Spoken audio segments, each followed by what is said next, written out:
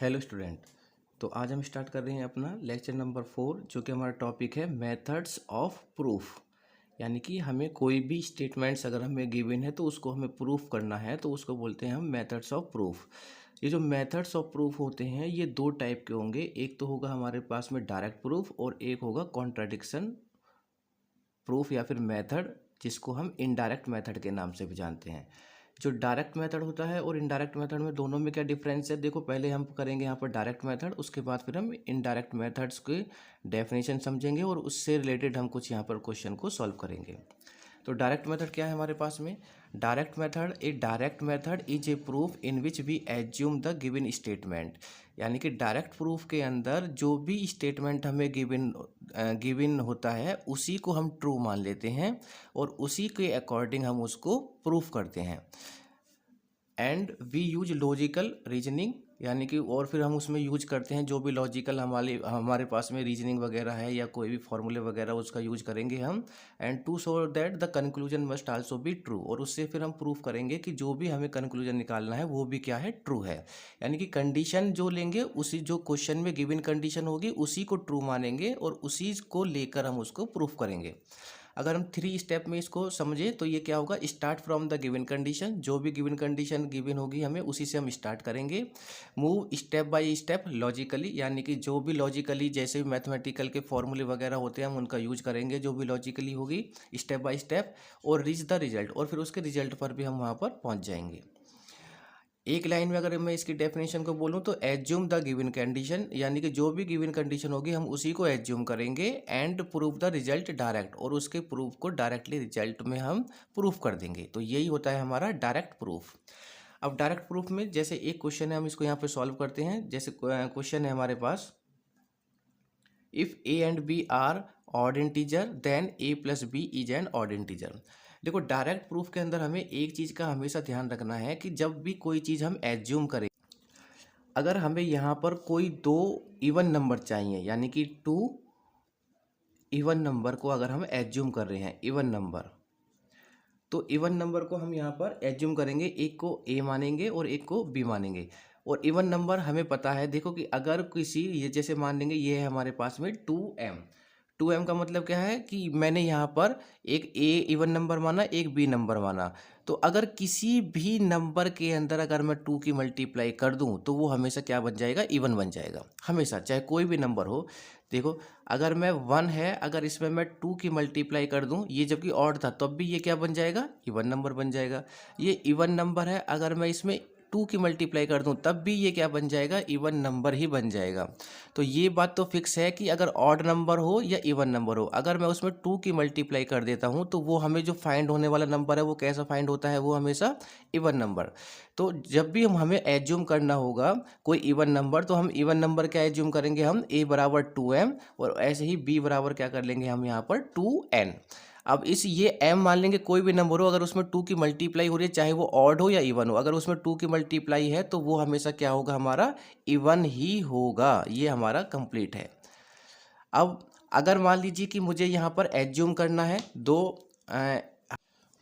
Assume 2 odd number. अब odd number के लिए लेते हैं यहाँ पर, तो अगर हम किसी भी इवन नंबर में मान लेते हैं, ये है हमारे पास में इवन नंबर, ठीक है।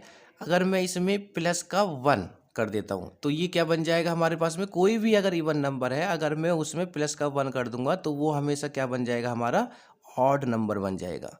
तो अब हमने इवन नंबर तो हमने फिक्स कर लिया है कि हम इसी को एज्यूम करने वाले हैं, तो a बराबर 2m।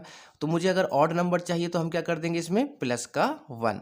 ऐसे ही b बराबर क्या हो जाएगा, 2n, ऑड इवन नंबर माना हमने और इसमें प्लस का 1 क्या कर देंगे, ऐड कर देंगे। तो ये दोनों नंबर्स हमारे कैसे बन जाएंगे, यहाँ पर ये दोनों नंबर हो जाएंगे हमारे ऑड नंबर। तो ऑड नंबर अगर हमें एज्यूम करना है तो 2m प्लस 1 या 2n प्लस 1। इवन नंबर अगर हमें एज्यूम करना है तो a बराबर 2m और b बराबर 2m। तो ये हमें कंडीशन हमें फॉलो करनी है हर किसी क्वेश्चन के लिए जो भी हमें प्रूफ करना है। नाउ प्रूफ करते हैं, if a and b are if a and b are odd integer then a plus b is an integer. ये हमें प्रूफ करना है कि a और b ऑड इंटीजर है। अब जो भी कंडीशन गिवन है हम वहीं से स्टार्ट करेंगे, क्योंकि हमें इसको किससे करना है, डायरेक्ट प्रूफ से करना है। तो यहाँ पर लिखेंगे द गिवन कंडीशन लेट तो लेट करेंगे यहाँ से, तो लेट एज्यूम करेंगे मतलब start from the given condition. तो गिवन कंडीशन है उसको let A and B are odd integer. अब यहीं से हमने स्टार्ट किया है, जो कंडीशन हमें गिवन है वहीं से अगर हम स्टार्ट कर रहे हैं तो वो क्या है, वो है हमारा डायरेक्ट मेथड। तो A and B are odd integer, अगर ए और बी ऑड इंटीजर हैं तो इसको मैं क्या मान सकता हूँ देन, तो ए बराबर कितना हो जाएगा हमारे पास में, ऑड मानना है, ठीक है, A and B are odd integer. तो इसका मतलब हो जाएगा ए बराबर 2m प्लस का 1 हो जाएगा, ए को ऐड कर देंगे इसमें तो ये क्या हो जाएगा, ऑड बन जाएगा। ऐसे ही हमारे पास में जो b होगा वो b क्या होगा, b बराबर हो जाएगा हमारे पास में 2n और प्लस का 1। ये दोनों हो गए हमारे पास में ऑड इंटीजर। ये कह रहा है यदि a और b दो ऑड इंटीजर हैं, हमने ऑड इंटीजर मान लिया, यहाँ पर लेट कर लिया, एज्यूम कर लिया हमने यहाँ पर, तो ए प्लस बी भी क्या होंगे, ऑड इंटीजर होंगे, यानी कि इन दोनों का ऐड भी हमारा ऑड इंटीजर ही होना चाहिए। A plus B is an integer, is an even integer होगा, इवन इंटीजर। तो ए प्लस बी करते हैं, अब ए प्लस बी, तो ए बराबर कितना माना है हमने यहाँ पर, ये माना है हमने 2m प्लस का 1, और यहाँ पर प्लस बी की वैल्यू क्या है, हमने क्या बी को क्या माना है 2n प्लस का 1, ब्रैकेट को ओपन करेंगे तो ये हो जाएगा 2m प्लस 1 प्लस का 2n प्लस का 1। अब ये 2m और 2n ये तो अलग अलग, इसमें m और n अलग अलग है तो इनको ऐसे ही लिखेंगे, और 1 और 1 कितना हो जाएगा हमारे पास में, 2 हो जाएगा यहाँ पर। अब नाउ देखो हम क्या करें, यहाँ से सब में 2 2 आ रहा है तो इसमें 2 को क्या लिख सकते हैं, कॉमन बाहर निकालेंगे, क्योंकि जब भी हमें कोई सी चीज़ को इवन दिखाना है तो ध्यान रखना कि स्टार्टिंग में क्या होना चाहिए, 2 ही होना चाहिए, बाकी सबको नंबर बना लेंगे। तो 2 को कॉमन लेंगे यहाँ पर, तो ये क्या बचेगा, m प्लस n और प्लस का 1। अब ये इसको मैं कुछ मान लेता हूँ, कोई भी चीज़ मान लेंगे, तो यहाँ पर मान लेंगे हम कि m plus n plus 1 equal to को मैंने मान लिया यहाँ पर k। तो इसको मैं क्या लिख सकता हूँ यहाँ पर, और 2k। इसका मतलब कोई ये चाहे k कुछ भी नंबर हो, ऑड या इवन, मुझे इससे कोई मतलब नहीं है, लेकिन इसमें अगर 2 की मल्टीप्लाई हो रही है तो वो एक इवन इंटीजर ही होगा, क्योंकि 2 की मल्टीप्लिकेशन से क्या बन जाता है, वो हमेशा इवन नंबर। और यही हमें क्या करना था, यहाँ पर प्रूफ करना था कि a प्लस बी जो हमारे पास में फाइंड हो रहा है वो कैसा है, हमारा इवन इंटीजर। तो यहाँ पर लिख देंगे इवन इंटीजर। तो ये हो गया हमारा फर्स्ट वाला क्वेश्चन सॉल्व। नाउ एक क्वेश्चन और सॉल्व करेंगे, prove that the product of two odd integer, यानी कि प्रोडक्ट मतलब मल्टीप्लाई, कि दो ऑड इंटीजर का जो प्रोडक्ट है वो भी ऑड इंटीजर ही होगा। अब नाउ तो पहले कर लेंगे let A and B are odd integer. अब ऑड इंटीजर ये हमें पता होनी चाहिए कि किसी भी चीज़ को ऑड बनाने के लिए हमेशा हम वन को उसमें ऐड कर देते हैं। यही हमने पढ़ा है कि हम हमेशा मानेंगे क्या, हम मानेंगे तो उसको इवन ही, और उसमें अगर मैं 1 को ऐड कर दूंगा तो वो क्या बन जाता है, ऑड बन जाएगा। तो यहाँ पर a बराबर कितना हो जाएगा हमारे पास में, 2m प्लस का 1 हो जाएगा, और b बराबर क्या बन जाएगा हमारे पास में, यहाँ पर b बराबर वैल्यू हो जाएगी 2n प्लस का 1। हमेशा हमने मानना तो हमें इवन नंबर ही है, अगर इवन नंबर है तो 2m हो जाता, अगर ऑड कह रहा है तो उसमें प्लस का 1 क्या कर देंगे, ऐड कर देंगे, जिसमें भी प्लस का 1 हम ऐड करेंगे तो वो नंबर हमेशा ऑड नंबर बन जाता है हमारे पास। नाउ अब ये कह रहा है कि इन दो नंबर का प्रोडक्ट का मतलब क्या है, मल्टीप्लीकेशन, तो ये हो जाएगा ए बी। तो ए बी जब हम करेंगे तो इसका मतलब ये हो जाएगा 2m प्लस का 1, और ये हो जाएगा यहाँ पर 2n प्लस का 1। नाउ अब इनकी मल्टीप्लिकेशन करेंगे यहाँ पर, तो दोनों की मल्टीप्लाई करो, तो फर्स्ट की पहले 2m की मल्टीप्लाई 2n में करेंगे तो 2 2 जब 4, पहले तो नंबर की हो गई, और अब m और n की मल्टीप्लाई करेंगे तो ये हो जाएगा mn। अब 2m की मल्टीप्लाई 1 में करेंगे, तो 2m की मल्टीप्लाई 1 में करेंगे तो हमें फाइंड होगा यहाँ पर 2m।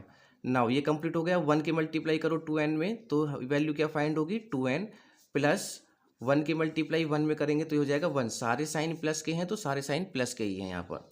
नाउ अब देखो यहाँ से क्या मैं किसी को इसको सॉल्व कर सकता हूँ, ये एम एन है, ये एम है, ये एन एन है, किसी को भी मैं यहाँ पर ऐड नहीं कर सकता, और प्लस का 1 है। तो मुझे अब इसको ऑड दिखाना, और ऑड दिखाने के लिए +1 होना ही चाहिए, +1 होना ही चाहिए। यहाँ भी +1 है, इसका मतलब मैं यहाँ से इस वाली वैल्यू को सॉल्व करूँ और इस 1 को प्लस में दिखा दूँ तो ये क्या बन जाएगा, हमारा ऑड बन जाएगा। तो यहाँ से इसमें मैं कुछ कर सकता हूँ, मैं इसमें 2 को कॉमन निकाल सकता हूँ यहाँ पर। तो ठीक है, यहाँ से हम क्या करते हैं, यहाँ पर 2 को कॉमन निकालते हैं, या फिर इसी नंबर को हम कुछ मान लेते हैं, नहीं, पहले 2 को कॉमन निकालते हैं। तो 2 को कॉमन निकालेंगे तो ये कितना बन जाएगा यहाँ पर, 2 जा 4, 2mn प्लस का m और प्लस का n। भाई यहाँ से भी 2 कॉमन आ गया, यहाँ से भी 2 कॉमन आ गया, ब्रैकेट क्लोज, और प्लस का 1 को मैंने अलग कर दिया यहाँ पर। ठीक है, अब यहाँ पर इसको कुछ मान लेते हैं, यहाँ पर इस वाले नंबर को mn को, तो यहाँ पर लिख लेते हैं 2mn प्लस का m और प्लस का n, इसको मान लेते हैं इक्वल टू k। और जैसे ही हम इसको k मानेंगे तो ये कितना बन जाएगा हमारे पास में, 2k और प्लस का 1। तो 2k प्लस का 1, अब देखो ये तो हमारे पास में इवन नंबर है, इवन नंबर में अगर मैं कोई प्लस का 1 करूंगा तो वो हमेशा क्या बन जाएगा, ऑड नंबर बन जाएगा। और यही मुझे क्या करना था, शो करना था।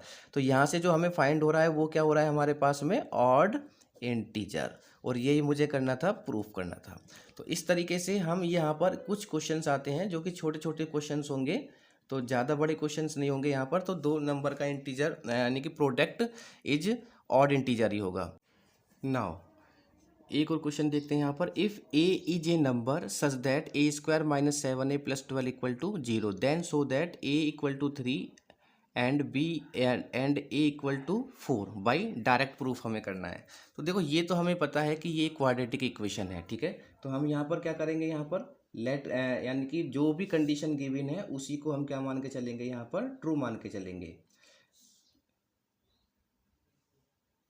तो लेट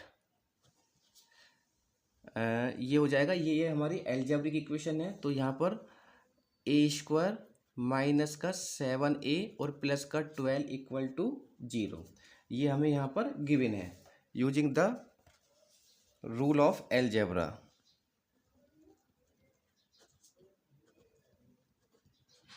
रूल ऑफ एल्जेब्रा। अब ये चाहे आप याद रखना या मत रखना, इससे कोई प्रॉब्लम नहीं है, हमें ये लेट कर लिया हमने, ये इक्वल टू 0, जो भी कंडीशन है उसी को लेके चलेंगे और उसी से हम शो करेंगे। तो इसको हम शो कर सकते हैं यहाँ पर, भाई इसको हम सॉल्व करेंगे बाय द स्प्लिट मेथड से कर लेंगे यहाँ पर।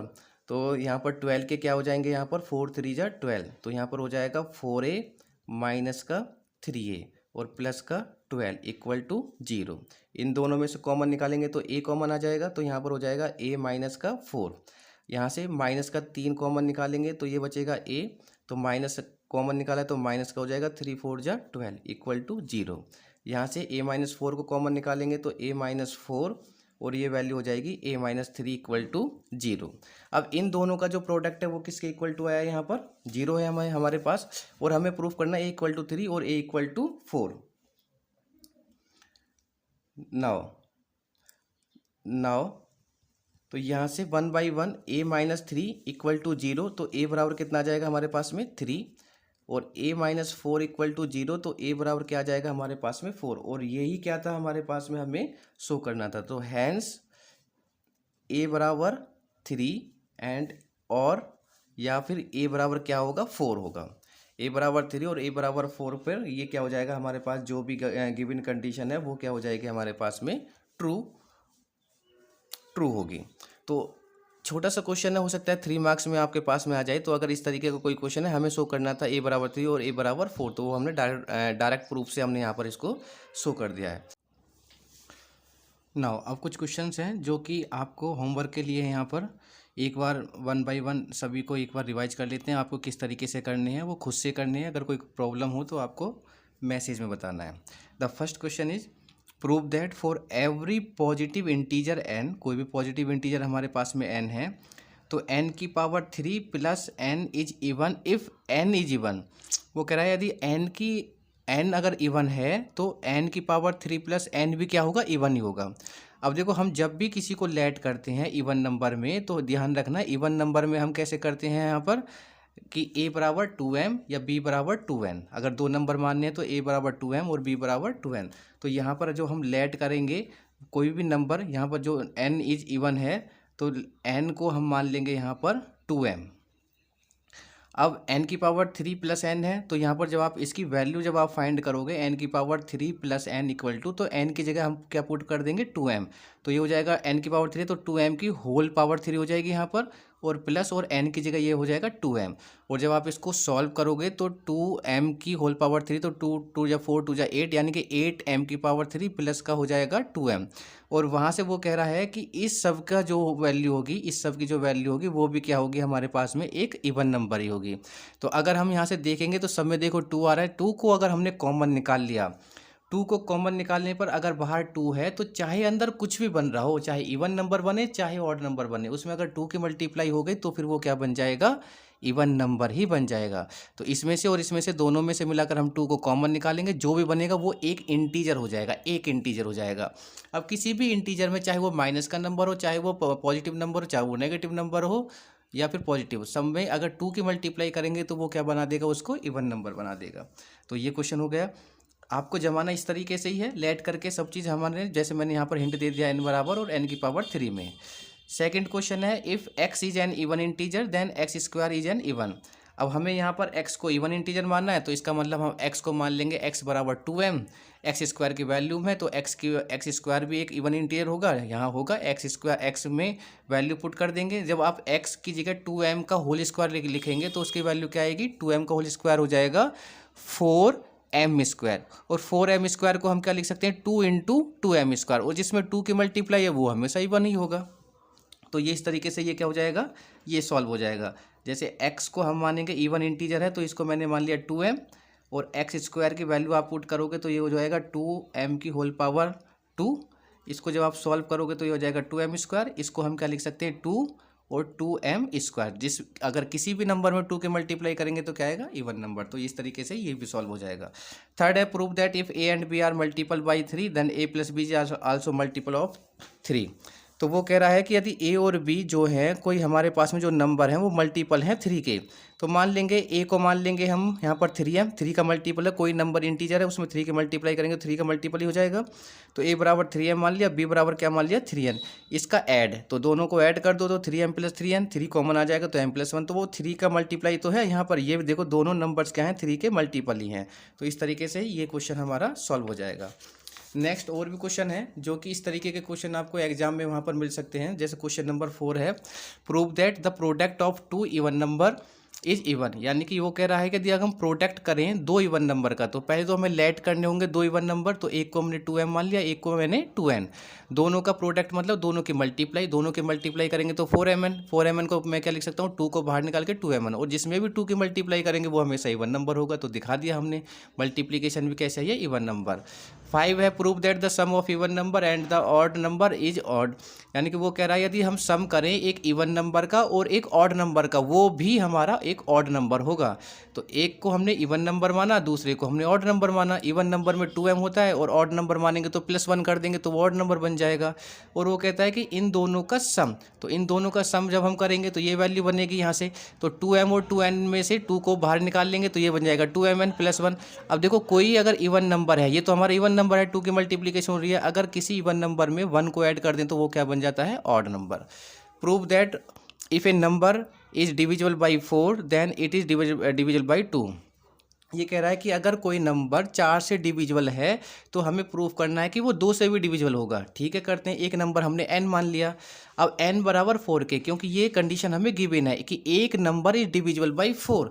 देखो डिविजिबल बाई 4 का मतलब है कि अगर मैं इसको यहाँ से समझना शुरू करें यहाँ पर, तो ये कह रहा है कि मानो एक कोई नंबर है वो 4 से डिविजिबल है, तो 4 से डिविजिबल, तो मैंने इसको कोई एक नंबर के बराबर यानी कि कुछ लेट कर लिया कि k के बराबर है, यानी कि a divisible by 4 equal to क्या आएगा, k, हमने इसके इक्वल टू मान लिया। तो अगर मैं a की वैल्यू निकालता हूँ तो ये क्या हो जाएगा, 4 के। तो इसका मतलब है कि जो a जो है वो डिविजिबल है किससे, 4 से। इसका मतलब है a को डिवाइडेड कर रहा है कौन, 4, तो a इज डिविजिबल बाई 4। तो मैं इस तरीके से अगर कुछ वैल्यू लिखी हुई है तो इसका मतलब है a इज डिविजिबल बाई 4। तो यहाँ से देखो n बराबर 4 के लिख लिया मैंने। n बराबर 4 के लिखने का मतलब है कि n जो है वो डिविजिबल है किससे, 4 से। ये मुझे दिखाना था, एक नंबर है, एक नंबर को मैंने n मान लिया, वो डिविजिबल दिखाना है मुझे 4 से, तो मुझे इस तरीके से शो करना है, इस तरीके से मुझे उसको शो करना है। तो यहाँ से 4 से जब डिविजिबल है तो मैं इसको 2 में तोड़ेंगे तो 2 इंटू 2 के हो जाएगा। वो दिखाना है कि ये नंबर 2 से भी डिविजिबल है। तो ठीक है, दिखाते हैं यहाँ पर। तो 2 के, इसको मैंने 2 में तोड़ दिया, 2 इंटू 2 के। अब देखो यहाँ से इस 2 को हम क्या करेंगे, ये जो 2 के है इसको मैंने लेट कर लिया m, कोई एक इंटीजर मान लिया, ये भी कोई नंबर होगा। तो इस 2 को की जगह हमने लेट कर लिया कि इसकी जगह हम m पुट करते हैं, और जैसे ही मैं m पुट करूँगा इसकी जगह तो ये बन जाएगा 2m। अब ये अपने आप में फिर एक डिवाइडेड की डेफिनेशन हो गई। डिवाइडेड की डेफिनेशन मतलब ये वाला नंबर 2 से डिविजिबल है, ये वाला नंबर 2 से डिविजिबल है। और अभी अभी हमने क्या देखा था कि ये वाला नंबर 4 से डिविजिबल था, क्योंकि ये भी तो नंबर ही है ना भाई। इसको मैंने के 2 के कोई ना कोई नंबर था, इसको मैंने क्या मान लिया, m मान लिया। तो यहाँ पर ये m हो गया, क्योंकि k भी एक इंटीजर है और m भी एक इंटीजर है। तो इसमें हमने शो कर दिया कि 2 को बाहर लेने के बाद में और इसको m मानने के बाद में कि जो नंबर 4 से डिविजिबल है वो 2 से भी डिविजिबल है। ये डिवाइडेड की डेफिनेशन हमें याद रखनी है। Prove that the cube of an even number is even number. ठीक है, ये कह रहा है कि कोई क्यूब है जो कि इवन नंबर का जो क्यूब है वो भी इवन नंबर ही होगा। तो निकाल लेते हैं यहाँ पर। पहले तो इवन नंबर क्या होगा, n बराबर 2 के। वो कह रहा है इसका क्यूब, तो क्यूब क्या होगा, n की पावर 3। n की पावर 3 में वैल्यू पुट कर दो, n बराबर 2 के की होल पावर 3, ये हो जाएगा 8 के की पावर 3। इसमें से 2 को बाहर निकाल सकते हैं, ये बन जाएगा 4 के की पावर 3। और 2 में अगर किसी की मल्टीप्लाई है तो वो अपने आप में क्या है भाई, वहाँ पर इवन नंबर है।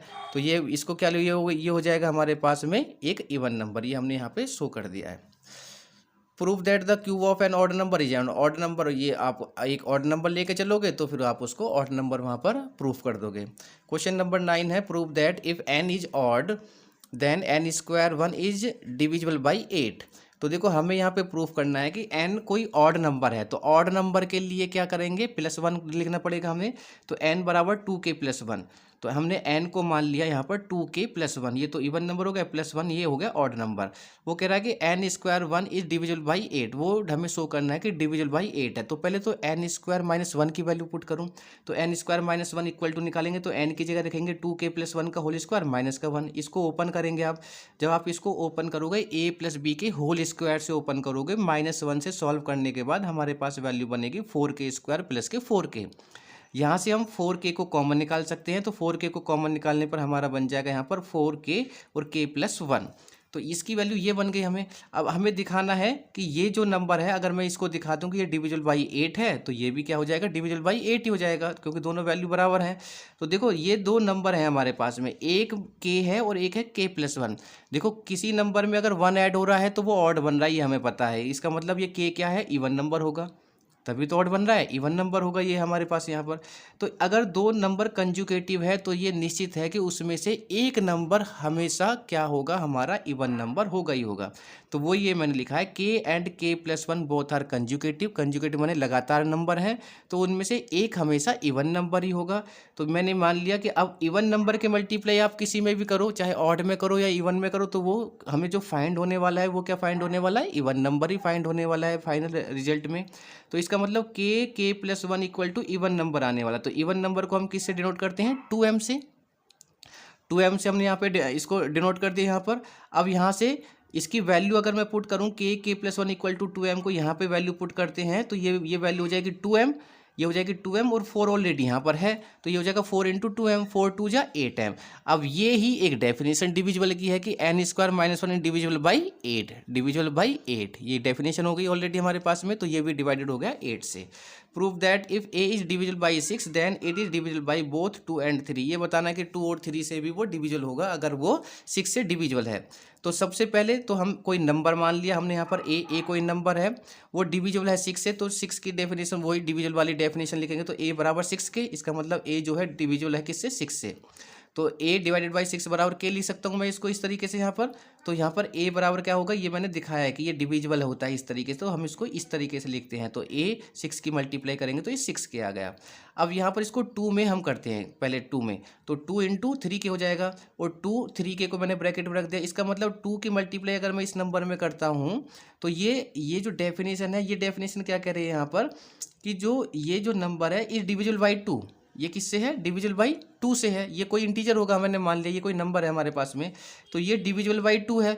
तो अगर मैं इस वाले नंबर को, क्योंकि 3 भी आ रहा है तो एक साथ दो नंबर दिखाई दे रहे हैं, तो हम एक काम करते हैं, इसको कुछ इस तरीके से लेट कर लेते हैं। भाई इंटीजर ही तो है, कि एक इंटीजर है तो उसको दूसरे इंटीजर में बदल देंगे, एम में बदल दो, जेड में बदल दो, किस में बदल देंगे। तो मैं 3k को लिख दूंगा यहाँ पर एम, लेट कर लेंगे यहाँ पर 3k इक्वल टू एम हम लिख लेंगे यहाँ पर, और ये हो जाएगा a बराबर यहाँ पर हो जाएगा 2m, यानी कि 3k इक्वल टू हो जाएगा यहाँ पर m, और this is the definition of the divisibility. तो इसका मतलब है कि जो a is the divisible by 2, क्योंकि यहाँ पर अब कोई नंबर नहीं है। तो यहाँ पर पहले नंबर था तो हमने नंबर को यहाँ पर रिमूव कर लिया है, तो अब ऑलरेडी यहाँ पर हमने m को शो कर दिया है। तो a इज डिविजिबल बाई 2, तो therefore a is divisible by 2 हो गया। नाउ अब हमें कन्फर्म करना है कि अब ये जो हमारा नंबर है ये 3 से भी डिविजिबल है। तो हम इसकी में अब यहाँ पर ये 2 था, ये 3 मल्टीप्लीकेशन है, 3 को पहले लिखेंगे 2 को बाद में लिखेंगे, तो ये हो जाएगा 3 इंटू 2k लेट। तो अब देखो ये भी एक डिविजिबल की डेफिनेशन है, तो इसका मतलब है कि जो a जो है वो डिविजिबल है किससे, 3 से, लेकिन यहाँ पर 2k आ रहा है, तो इसको भी फिर हम कोई ना कोई इंटीजर मान लेंगे। तो इसको इंटीजर मान लिया मैंने यहाँ पर k मान लिया यहाँ पर इसको, तो इसकी जगह मैं क्या रख दूँ, मैं यहाँ पर k रख दूँ, तो ये डिविजिबल की डेफिनेशन हो जाएगी। तो n is the divisible by 2, तो मैंने यहाँ पर दोनों को शो करके दिखाया है कि n is the divisible by 2 और n is the divisible by 3। तो जैसे ही n बराबर हम यहाँ पर 2k को n रखेंगे तो ये बन जाएगा a बराबर 3n, और ये हो गया कि a इज डिविजिबल बाई 3, और यही मुझे क्या करना था, यहाँ पर शो करना था। लास्ट क्वेश्चन है, prove that the sum of the 3 conjugative integer is the divisible by 3। 3 conjugative number होते हैं जो लगातार नंबर होते हैं, जैसे कि 1 2 3, तो ऐसे ही हम क्या लिख सकते हैं, एक नंबर n है तो अगला नंबर उससे बड़ा n+1, और उससे एक अगला बड़ा नंबर क्या हो जाएगा, n+2। तो 3 कंजुगेटिव नंबर, वो कह रहा है इनका जो सम है, तो पहले इनका सम निकालते हैं, तो सम करेंगे, ऐड करेंगे इनको, तो ये बीच में यहाँ पे ऐड आएगा, ये भी ऐड होगा यहाँ पर। तो इन तीनों को ऐड करने पर हमें जो वैल्यू फाइंड होगी वो होगी 3n प्लस का 3 को यहाँ से कॉमन निकालेंगे तो ये बन जाएगा 3n प्लस 3 और ब्रैकेट में n+1। अब n+1 एक इंटीजर है, तो हम n+1 की जगह क्या पुट कर देंगे, k पुट करेंगे, तो ये बन जाएगा हमारे पास में यहाँ पर 3k, और 3k और इक्वल टू 3n+1 क्या है, दोनों आपस में इक्वल है, the number is divisible by 3। अब देखो ये जो नंबर है k, ये 3 से डिविजिबल है, और ये वाला भी क्या है, 3 से डिविजिबल है, और दोनों वैल्यू क्या है, आपस में इक्वल है। इसका मतलब चाहे k हो चाहे n+1 हो, दोनों के दोनों डिविजिबल बाई 3 हैं, और यही मुझे क्या करना था, यहाँ पर शो करना था। Now the topic is indirect method. इससे पहले हम डायरेक्ट मेथड पढ़ रहे थे। डायरेक्ट मेथड में हम क्या करते थे कि जो भी हमें कंडीशन वहाँ पर गिवन होती थी उसी को लेके चलते थे, और उसी से लेकर हम वहाँ पर अपना जो भी वर्किंग प्रोसेस था उसको रूल करते हुए, फॉर्मूले लगाते हुए उसको हम शो करते थे। बट इनडायरेक्ट मेथड में हम क्या करने वाले हैं कि हम जो कंडीशन दी हुई है हम उसके कॉन्ट्राडिक्शन, मतलब बिल्कुल उसके उल्टा लेके चलेंगे। अगर वो कह रहा है कि वो इवन नंबर है तो हम उसको ऑड नंबर मान के चलेंगे, अगर वो कह रहा है कि वो रेशनल नंबर है तो हम उसको इरेशनल नंबर मान के चलेंगे, अगर वो कह रहा है कि वो इरेशनल नंबर है तो हम उसको रेशनल नंबर मान के चलेंगे।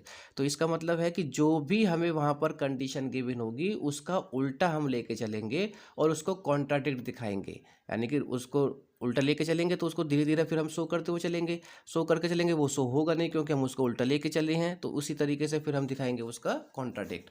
अब यहाँ पर एक इंपॉर्टेंट क्वेश्चन है, ये है so that √2 is not irrational number, या फिर ये आ सकता है prove that √2 is an irrational number. बात एक ही है, जो इरेशनल नंबर होते हैं वो नॉट रेशनल नंबर होंगे। तो यहाँ पर हम जो कंडीशन गिवन है उसके जस्ट अपोजिट लेके चल रहे हैं उसी इनडायरेक्ट मेथड में। तो लेट √2 इज रेशनल नंबर लेके चलेंगे यहाँ पर, तो हम इसको रेशनल नंबर मान के चलेंगे।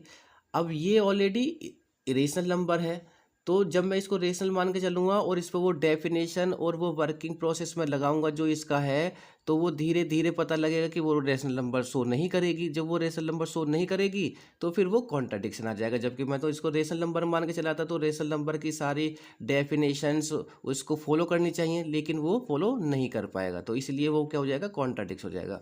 क्वेश्चन को सॉल्व करते हैं पहले। लेट √2 इज रेशनल नंबर, हमने इसको लेट कर लिया रेशनल नंबर। अब रेशनल नंबर की जो डेफिनेशन होती है वो क्या होती है कि रेशनल नंबर को P/Q की फॉर्म में हम लिख सकते हैं। तो P/Q की फॉर्म में मैंने इसको लिख लिया, तो ये हो जाएगा P/Q इक्वल टू √2। अभी डेफिनेशन के अकॉर्डिंग देखें तो Q हमेशा इज नॉट इक्वल टू 0 होना चाहिए, और जो ये दोनों नंबर है P और Q ये बिलोंग करते हैं इंटीजर को। इंटीजर का मतलब माइनस के नंबर भी 0 या फिर वो प्लस के नंबर भी हो सकते हैं।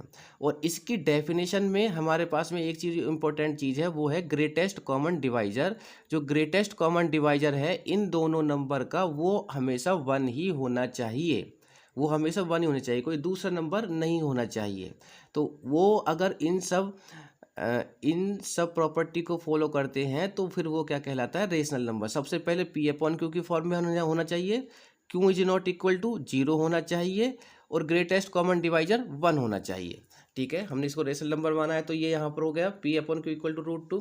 √2 को फिनिश करना है तो हमें क्या करना होगा, यहाँ पर स्क्वायर बोथ साइड।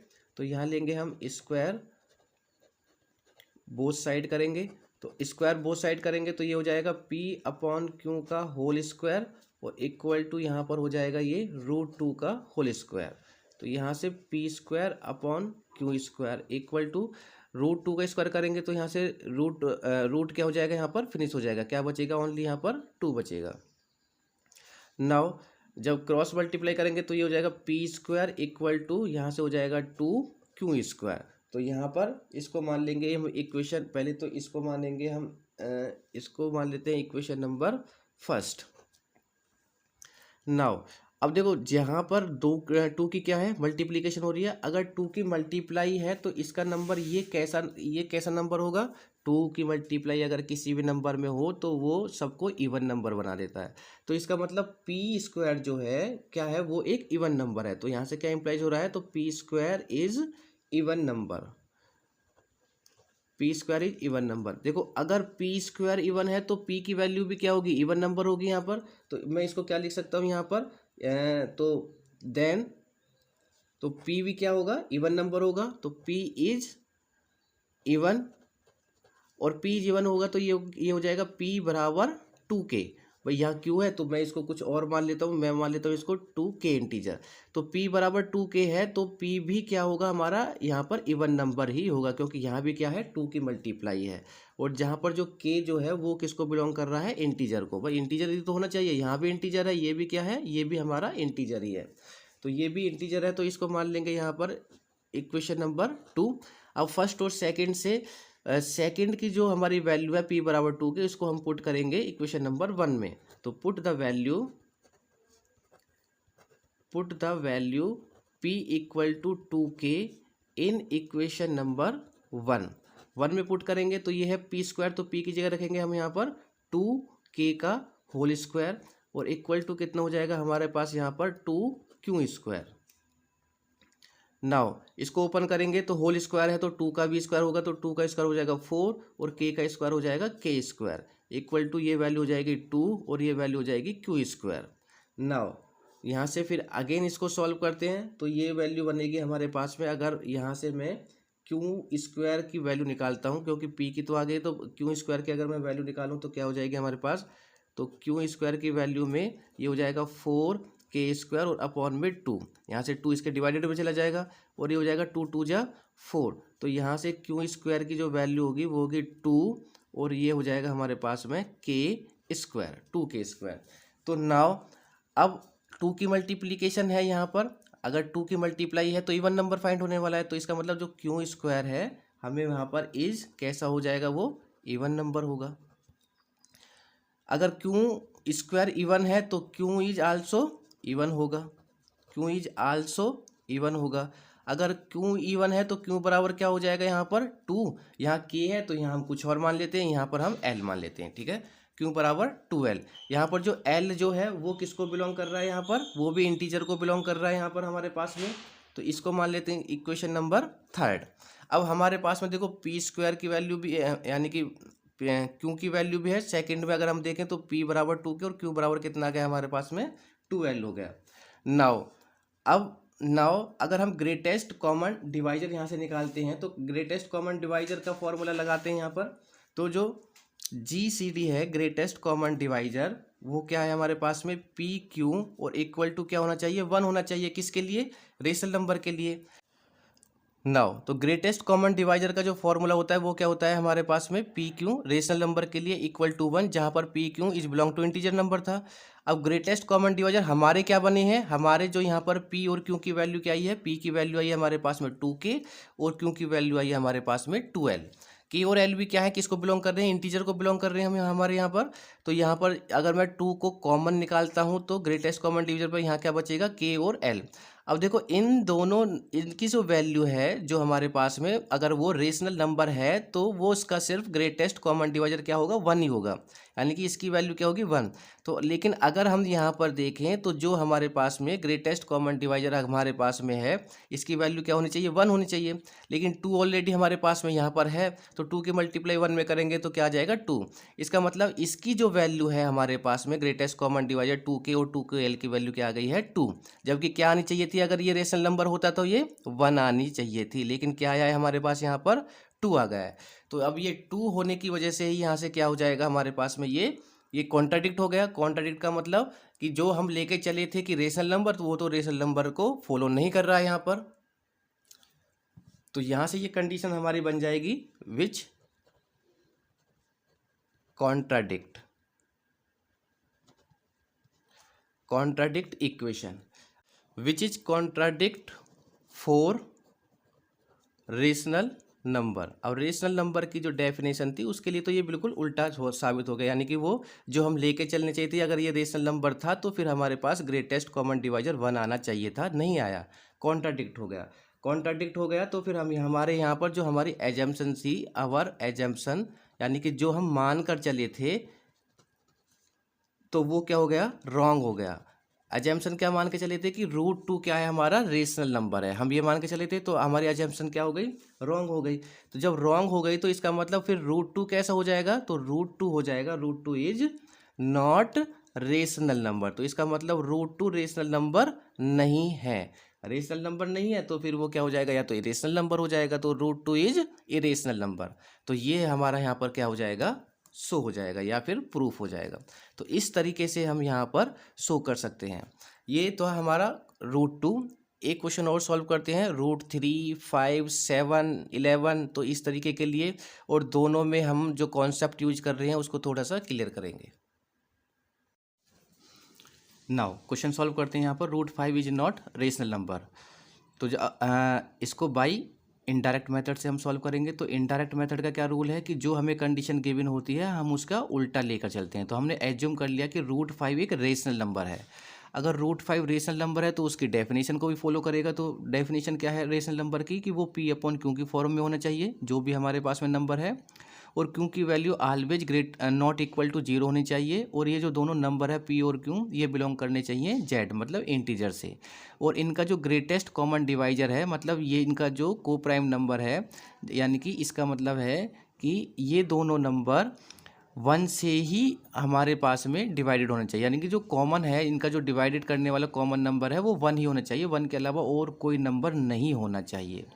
चलो प्रूफ करते हैं। यहाँ पर ये डेफिनेशन थी हमारी इससे पहले वाले क्वेश्चन में भी। तो स्क्वायर बोथ साइड, रूट को हटाने के लिए स्क्वायर करेंगे बोथ साइड, तो इसका होल स्क्वायर, इसका होल स्क्वायर, तो ये वैल्यू बन जाएगी P²/Q²। ओपन करेंगे तो इक्वल टू √5 को जब हम स्क्वायर करेंगे तो रूट क्या हो जाएगा, यहाँ पर फिनिश हो जाएगा।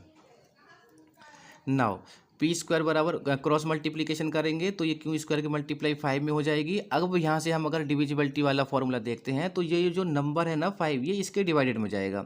इसका मतलब अगर मैं इसके डिवाइडेड में लिखता हूँ तो ये बन जाएगा, अगर मैं इसको भी ना लिखूँ तो इसका मतलब है कि जो ये P² को जो 5 है वो क्या कर रहा है, डिवाइडेड कर रहा है। मैंने यहाँ पे शो करके दिखाया कि P²/5 है, तो इसका मतलब P² इज डिविजिबल बाई 5। अगर मैं P² को लिखता हूँ तो मैं डिविजिबल लिख रहा हूँ, अगर मैं 5 को लिखूँगा तो 5 इज डिवाइडेड P²। 5 डिवाइड कर रहा है किसको, P² को, तो कुछ भी लिख सकते हैं, वो आपकी मर्जी है। तो P² इज डिविजिबल बाई 5। अगर P² जो है डिविजिबल है 5 से, तो इसका मतलब P भी क्या होगा, डिविजिबल होगा 5 से। तो इसका मतलब P बराबर क्या हो जाएगा, 5 के हो जाएगा। हमने इस बार Q² की जगह क्या मान लिया, यहाँ पर K मान लिया है। K भी क्या है, एक इंटीजर है हमारे पास में। तो इस डेफिनेशन से क्या हो रहा है कि जो ये 5 है ये P को क्या कर देगा, डिवाइडेड कर देगा। इसको हमने इक्वेशन नंबर 2 मान लिया, जैसे कि पहले वाले में माना था। तो P is also divisible by 5। अब इस वाली इक्वेशन को, सेकंड वाली को, जो भी वैल्यू आते हैं उसको फर्स्ट में क्या कर देते हैं हम, सब्स्टिट्यूट यानी कि पुट कर देते हैं। तो यहाँ पर P बराबर 5K को इक्वेशन नंबर 1 में रखेंगे तो P² कितना है हमारे पास में, P² की जगह आ जाएगा 5K का होल स्क्वायर इक्वल टू ये हो जाएगा 5Q²। ओपन करेंगे 5K का होल स्क्वायर है तो कितना हो जाएगा, पहले 5 का स्क्वायर करेंगे तो 5×5 = 25 और K का क्या हो जाएगा K² इक्वल टू ये हो जाएगा 5Q²। फिर अगेन अगर मैं यहाँ पर इसको बाय डिविजिबिलिटी वाला फॉर्मूला लगाऊं तो पहले मैंने इसको सीधा लिख लिया, यानी कि 5 Q square equal to 25 k square. तो इसका मतलब 5 इसके डिवाइडेड में चला जाएगा। तो जब इसके डिवाइडेड में चला जाएगा, जब हम इसको सॉल्व कर रहे हैं तो 5 5 जा 25, तो ये आ जाएगा क्यू स्क्वायर इक्वल टू कितना हो जाएगा 5 k स्क्वायर। अब 5 इधर है तो इसका मतलब ये जो 5 है ये क्यू स्क्वायर को क्या कर रहा है, डिवाइडेड कर देगा। फिर अगेन डेफिनेशन, भाई definition of divisibility, definition of divided वाली, तो क्या कर देगा ये 5 इसको डिवाइडेड कर देगा। तो इसको डिवाइडेड करने पर भाई कोई ना कोई तो नंबर मिलेगा, वो हमने मान लिया है कि के स्क्वायर, के क्या है एक इंटीजर हमने मान लिया, कोई भी नंबर आ सकता है। तो जब 5 क्यू स्क्वायर को डिवाइडेड कर रहा है तो यहाँ पर लिखेंगे the Q square is divisible by 5। तो देन तो क्या हो जाएगा यहाँ पर, क्यू भी क्या हो जाएगा, तो क्यू इज डिविजिबल बाई 5। तो यहाँ पे दिखा देंगे हम क्यू अपॉन 5 और इक्वल टू में इस बार क्या दिखा देंगे यहाँ पर एल दिखा देंगे इसको, तो ये दिखा देंगे हम एल। भाई एल भी हमने एक इंटीजर मान लिया, यहाँ के स्क्वायर नहीं दिखाते तो के यहाँ पर है, तो के नहीं दिखा रहा हूँ मैं, क्या दिखा रहा हूँ यहाँ पर एल दिखा रहा हूँ। तो इसका मतलब क्यू भी क्या हो जाएगा हमारे पास में डिवाइड, यानी कि डिवाइड हो जाएगा किससे 5 से, और इसकी कोई वैल्यू हमने मान लिया कि वो एल आ रही है हमारे पास। नाउ अब हम यहाँ से अगर ग्रेटेस्ट कॉमन डिवाइडर वाला अपना फॉर्मूला लगाते हैं यहाँ पर, तो वो क्या था देखो यहाँ पर, भाई जो ग्रेटेस्ट कॉमन डिवाइजर है वो हमारा पी और क्यू, वो हमेशा ये दोनों नंबर 1 के अलावा किसी से भी डिवाइडेड नहीं होने चाहिए। ये थी हमारे पास में डेफिनेशन। अब इसकी वैल्यू को यहाँ पर पुट करो तो पी की वैल्यू क्या आई थी हमारे पास में यहाँ पर 5k, और क्यू की वैल्यू कितनी आई है हमारे पास में, अगर मैं यहाँ से क्यू की वैल्यू निकालता हूँ तो क्यू बराबर कितना हो जाएगा हमारा 5l। तो यहाँ पर क्यू बराबर 5l, तो ये लिख देंगे 5l। अब नाउ तो यहाँ से ये जो वैल्यू है हमारे पास में, इसकी वैल्यू कितनी होगी, देखो p और q यहाँ 1 1 है तो 1 से होना चाहिए इक्वल टू 1, लेकिन इसकी वैल्यू क्या आ रही है हमारे पास में 5 वैल्यू आ रही है, 5 वैल्यू है, जबकि क्या आना चाहिए थी वैल्यू हमारे पास में 1।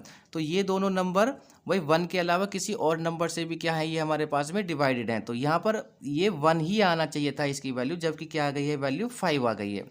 तो ये अगर मैं रेशनल नंबर शो करता था तो 1 डेफिनेशन में आता है, लेकिन हमारा आंसर क्या आ रहा है 5, इसका मतलब ये रेशनल नंबर नहीं है। तो ये क्या हो गया हमारे पास में यहाँ पर कॉन्ट्राडिक्ट हो गया। तो यहाँ पर लिखेंगे विच